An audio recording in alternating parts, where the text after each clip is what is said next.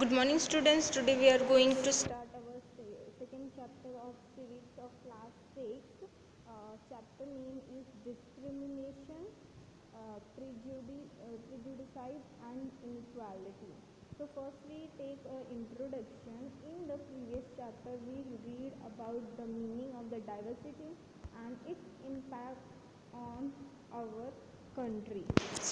इससे previous chapters में जो हमने पढ़ा था तो वहाँ हमने डाइवर्सिटी के बारे में पढ़ के लिया था और एट द सेम टाइम हमने उसके क्या इम्पैक्ट होते हैं वो भी कंट्री के ऊपर वो भी हमने पढ़ के लिया था। In each one in the unique with special quality that make us different from another and also we know that in each and every person there are some kind of unique qualities और सभी एक दूसरे से एक तरीके में क्या होते हैं बेहतर होते हैं। सब में कोई ना कोई स्पेसिफिक क्वालिटीज़ होती है जिसको अगर वो इन्हांस करें तो वो कंट्री के डेवलपमेंट में वेलफेयर में यूज़ कर सकते हैं और ख़ुद के सेल्फ डेवलपमेंट में वो इंडिपेंडेंट हो सकते हैं। However, some people who are different from other are teased, laughed, or not included in certain activities group. Even we see in the discrimination, where some people are different from the another people. In any case, they are suppose if they are looking different from the other people or they have any kind of problem, then mostly the common people can laugh on that and they not involve them in our activities and our group. They always neglect them or cite them. So this is not a good behavior. We form certain attitude and opinions such as the discrimination and prejudice about them which become a causes of concern.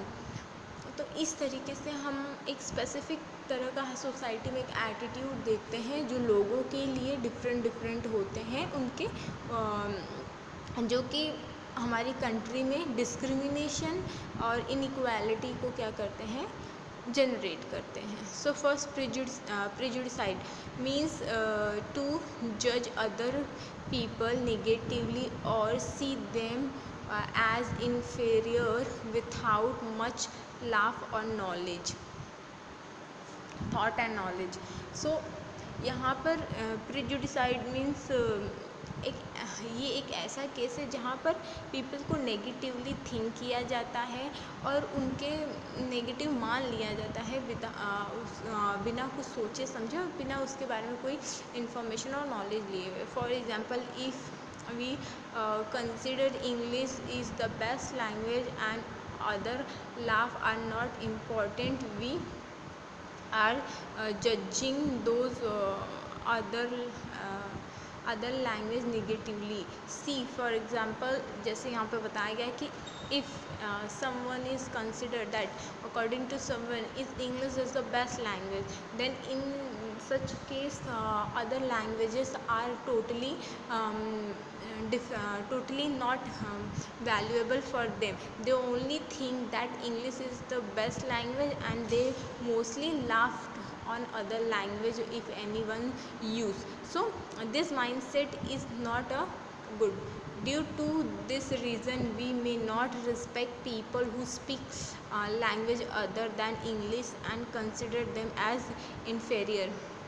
So in such case what happen, the people who know the English very well and according to them if the English is the best language, then if someone speak Hindi or if someone speak other language as compared to English, so mostly the people who think like that or whose opinion is like that English is the best, so he mostly laugh on them or they find or they think that those people are not good or those are different from them and they all he or she will always neglect them.